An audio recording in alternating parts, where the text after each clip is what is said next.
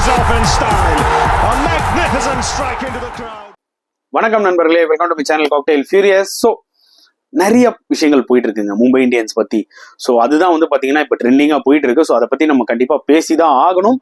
And S, ஒரு காலத்துல one family, Mi, legacy, இந்த மாதிரிலாம் நிறைய விஷயங்கள் இருக்கு. எப்படி சிஎஸ்கேக்கு இருக்கும், எப்படி நம்ம சிஎஸ்கேக்கு வந்து பாத்தீங்கன்னா அந்த ஒரு பாண்ட், அந்த எமோஷன் எல்லாமே இருக்கும், அதே மாதிரி தான் மும்பை இந்தியன்ஸ்க்கு. ஏன்னா ரெண்டு டீமும் தான் வந்து பாத்தீங்கன்னா கிட்டத்தட்ட 5 ட்ராஃபி வின் பண்ணியிருக்காங்க ஐபிஎல். ஸோ ரெண்டு டீமுமே வந்து பாத்தீங்கன்னா டெனி காஸ்ட் ட்ராஃபி அடிக்கணும்டா அப்படின்ற லெவலுக்கு தான் ஒரு வாட்டி ஐபிஎல்ல இறங்கும் போதுமே ரெண்டு சைட் ஃபேன்ஸுமே வந்து பாத்தீங்கன்னா இந்த வாட்டி நாங்க அடிக்கிறோம்டா, நீங்க அடிக்கிறோம்டான்ற மாதிரி தான் வந்து பாத்தீங்கன்னா ஒரு ஸ்பிரிட்டோட இறங்குவாங்க ஆக்சுவலா மேட்ச். ஐ மீன் இந்த ஐபிஎல் பாக்குறதுக்கே. ஸோ ஜென்ரலாவே வந்து பாத்தீங்கன்னா ஐயோ அந்த பக்கம் 10 டீம் ஆடிட்டு இருக்கியா, நீங்க ஏன்னா மும்பையா சிஎஸ்கேவா அதை மட்டுமே பேசிட்டு இருக்கீங்க, மற்ற டீம்லாம் என்ன? ஏன்னா அந்த லெவலுக்கு தான் இந்த ரெண்டு டீமுமே பெர்ஃபார்ம் பண்ணியிருக்காங்க. நாக் அவுட்ஸ் அவ்வளவு சீக்கிரம் வர மாட்டாங்க, வந்துட்டாங்கன்னா ஜெயிக்காம விட மாட்டாங்க. அந்த மாதிரி தான் எம்ஐயும் சரி சிஎஸ்கேவும் சரி. பட் அப்படி ஒரு விஷயங்கள்ல எம்ஐல வந்து இப்போ பெரிய ப்ராப்ளம் போயிட்டு இருக்கு. ஸோ ஹர்திக் பாண்டியாவை எப்போ கேப்டன் அனௌன்ஸ் பண்ணாங்களோ அப்போத்துல இருந்தே வந்து பாத்தீங்கன்னா ஏகப்பட்ட பிரச்சனை ஃபேன்ஸ் மத்தியில வந்து பாத்தீங்கன்னா ரொம்பவே காண்டாயிட்டாங்க. ரோஹித் சர்மா வந்து 5 ட்ராஃபி அடிச்சிருக்காரு, அவரை நீங்க வந்து அசால்ட்டா கேப்டனை விட்டு தூக்கிட்டீங்க. ஏன்னா அது ஒரு வெறுப்பு வந்து ஃபாலோவர்ஸ் எல்லாம் கம்மி ஆயிட்டாங்க ஆக்சுவலா எம்ஐ பேஜ்ல. ஸோ அந்த அளவுக்கு வந்து பாத்தீங்கன்னா அவங்களோட வெறுப்பையும் அவங்களோட டிஸ்பிளேஷரையும் காமிச்சாங்க மக்கள். அண்ட் மார்க் பவுச்சர் ரீசெண்டா ஒரு பேட்டி கொடுத்தாரு. இந்த மாதிரி பாத்தீங்கன்னா ரோஹித் சர்மாவை நாங்க தூக்குனது வந்து, கேப்டனை விட்டு தூக்குனது வந்து ஒரு கிரிக்கெட்டிங் பாயிண்ட் ஆஃப் வியூ, எங்க ஃபியூச்சரை நோக்கி போறோம். நான் ஆல்ரெடி ஒரு வீடியோ போட்டிருக்கேன், அதை பாருங்க. ஃபியூச்சரை நோக்கி போறோம். ஸோ ஹர்திக் பாண்டியா தான் எங்களுக்கு வந்து ஃபியூச்சர் அப்படின்னு ஒரு பாயிண்ட் ஆஃப் வியூல சொல்லியிருக்காரு. ஸோ அது எல்லாமே ஓகே. அது இன்னொரு வார்த்தையும் சொன்னார். என்னன்னு பாத்தீங்கன்னா மேபி ரோஹித் சர்மா இன்னும் 1 வருஷம் விளையாடலாம் அப்படின்ற மாதிரி. ஸோ நிறைய விஷயங்கள் அந்த வேர்ட்ஸ் யூஸ் பண்ணது வந்து பாத்தீங்கன்னா அந்த அளவுக்கு சரியா வரல மக்கள் மத்தியில. ஏன்னா எனக்குமே வந்து அது எப்படியா 1 வருஷம் அது அவர் சொன்னாரா அப்படின்ற மாதிரி இருந்துச்சு. அண்ட் இன்னொன்னு என்னன்னு பாத்தீங்கன்னா பவுச்சர் பேசினதுக்கு அப்புறமா ரோஹித் சர்மாவோட ஒய்ஃப் வந்து பாத்தீங்கன்னா ரித்திகா, அவங்க ஒரு ட்விட்டர்ல ட்வீட் போட்டாங்க, இந்த மாதிரி so many things are wrong in திஸ்னு. ஸோ அதுவும் ஒரு ஸ்பார்க்கை உண்டாக்கிருச்சு. அண்ட் ஆல்ரெடி நம்மளுக்கு தெரியும் ஹர்திக் பாண்டியாவை கேப்டன் சொன்னும் போது ஒரு பக்கம் சூரியகுமார் யாதவ் அந்த ஹார்ட் பிரேக் ஒன்று போட்டார் இமிடியேட்டா. அண்ட் ஜஸ்பிரீத் பும்ராவும் ஒரு மாதிரி சர்காஸ்டிக்கா ஒரு ட்விட்டர்ல ட்வீட் போட்டாரு. ஸோ இவங்கெல்லாம் வந்து பாத்தீங்கன்னா நிறைய பேர் சொல்றாங்க, இவங்கெல்லாம் வந்து ரோஹித்தோட டீம், ஹர்திக் பாண்டியாவோட டீம்லாம் வந்து இஷான் கிஷன் அண்ட் அந்த மாதிரி யங்ஸ்டர்ஸ், திலக் வர்மா அந்த மாதிரிலாம் அவங்களோட டீம் அப்படின்றாங்க. இதெல்லாம் வந்து நம்ம வந்து ஒரு கான்ட்ரவர்சி என்ன வேணாலும் பேசிக்கலாம், அது வேற விஷயம். பட் என்னதான் இருந்தாலும் அண்டர் ரோஹித் சர்மா இத்தனை பிளேயர்ஸும் வளர்ந்துருக்காங்க. ஏன் ஹர்திக் பாண்டியாவே அண்டர் ரோஹித் சர்மா தானே வந்தாரு. ஸோ அதனால அதை நம்ம ப்ராக்டிக்கலா புரிஞ்சுக்கணும். இன்னைக்கு நம்ம சிஎஸ்கேல எந்த அளவுக்கு தோனிக்கு நம்ம வந்து ஒரு ரெஸ்பெக்ட், ஒரு ஃபேன் ஃபாலோவிங், ஒரு கடவுளா யாருமே கடவுள் கிடையாதுங்க. ஸோ அது வேற விஷயம். பட் இருந்தாலும் அந்த லெவலுக்கு அவரை நம்ம வந்து வர்ஷிப் பண்றோம்னா அதுக்கு அவர் பண்ண அச்சீவ்மெண்ட்ஸ் அந்த மாதிரி அண்ட் அந்த மாதிரி விளையாடி இருக்காரு. ஸோ அதே தான் ரோஹித் சர்மாக்கும் நம்ம ஆக்சுவலா ரெஸ்பெக்ட் கொடுக்கணும். ஏன்னா அந்த மனுஷனும் வந்து பாத்தீங்கன்னா 5 ட்ராஃபி அடிச்சிருக்காரு. இட்ஸ் நாட் ஈஸிங்க. ஒரு காலகட்டத்துல மும்பை வந்து ட்ராஃபியே அடிக்காம இருந்தாங்க, புரியுதா உங்களுக்கு? It has been a long time ஆக்சுவலா அவங்க ட்ராஃபி அடிக்காம இருந்தது. ஸோ அதுவே வந்து பாத்தீங்கன்னா ஒரு பேக் டு பேக் டப்புன்னு எவ்வளோ ட்ராஃபிஸ் அடிச்சாரு. ஸோ அதை மறக்க கூடாது. மேபி அவங்களுக்கு லாஸ்ட் 2 சீசன் வந்து பாத்தீங்கன்னா பேடா இருந்திருக்கலாம். எனக்கு புரியுதுங்க, மும்பை பொறுத்த வரைக்கும் பிசினஸ் தான், அது எல்லாமே புரியுது. பட் அது எப்படி அப்ரோச் பண்றீங்கன்றதான் மேட்டர். பிசினஸாவே இருக்கட்டும், ரோஹித் சர்மா கிட்ட நல்ல ஒரு கம்யூனிகேஷன் போச்சா, இல்ல எதுக்காக பவுச்சர் வந்து இப்படி பேசணும், புரியுதா உங்களுக்கு? எதுக்காக ரோஹித் சர்மாவோட ஒய்ஃப் அப்படி ஒரு ட்வீட் பண்ணணும்? அப்ப ஏதோ ஒண்ணு தப்பா இருக்கு, புரியுதா உங்களுக்கு?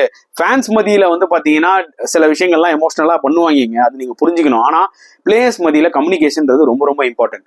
இப்ப என்ன பண்றாங்கன்னா, ஒண்ணு ரோஹித் சர்மா வெளியில வந்து பேசணும், ஆனா அது நம்ம ஒரு விஷயம் புரிஞ்சுக்கணும், அவரோட கான்சன்ட்ரேஷன் ஃபுல்லா இந்த இங்கிலாந்து டெஸ்ட் சீரீஸ்ல தான் இருக்கு. ஸோ அவர் அதை பத்தி யோசிக்க போறது இல்லை.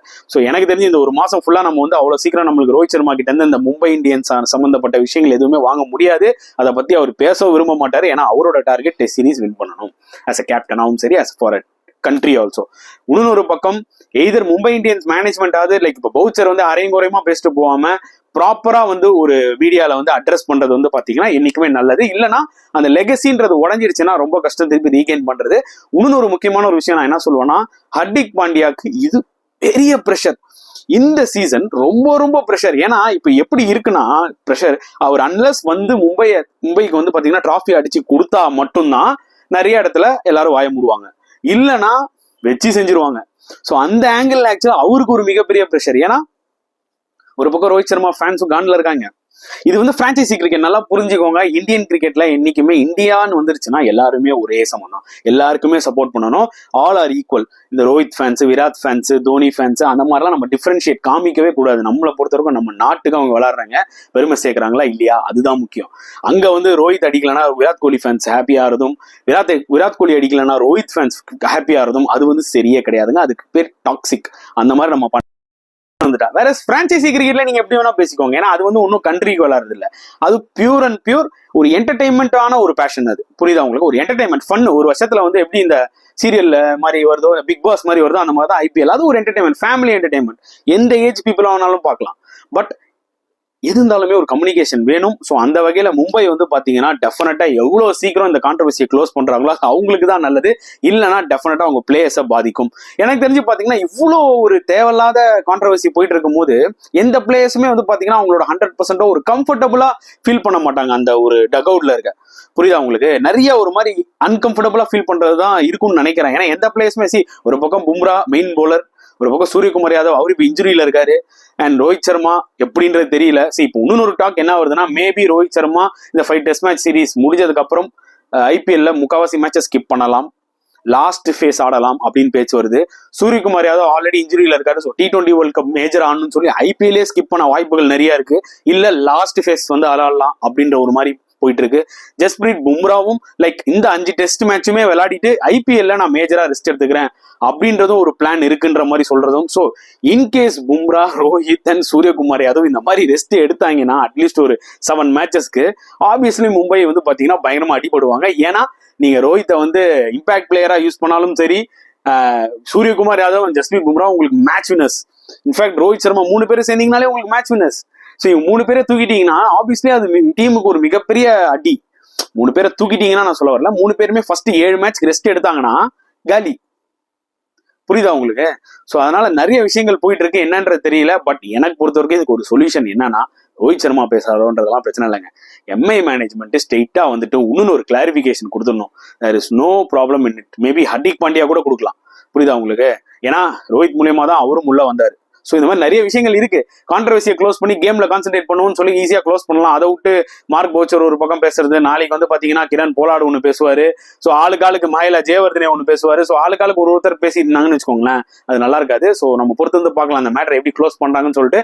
பட் க்ளோஸ் பண்ற வரைக்கும் கான்ட்ரவர்சி அனல் பறந்துட்டு இருக்கும், பிச்சிக்கும். அதை பத்தி பேச்சே இருக்காது, அதை கண்ட்ரோல் பண்ண முடியாது. ஸோ உங்களோட கருத்துக்களை தாராளமா கமெண்ட் செக்ஷன்ல போடுங்க. அண்ட் இந்த வீடியோ பிடிச்சதுன்னா லைக் பண்ணுங்க, ஷேர் பண்ணுங்க, முடிஞ்சா சப்ஸ்கிரைப் பண்ணுங்க. ஸோ நெக்ஸ்ட் வீடியோல பார்க்கலாம் ஃப்ரெண்ட்ஸ். Until then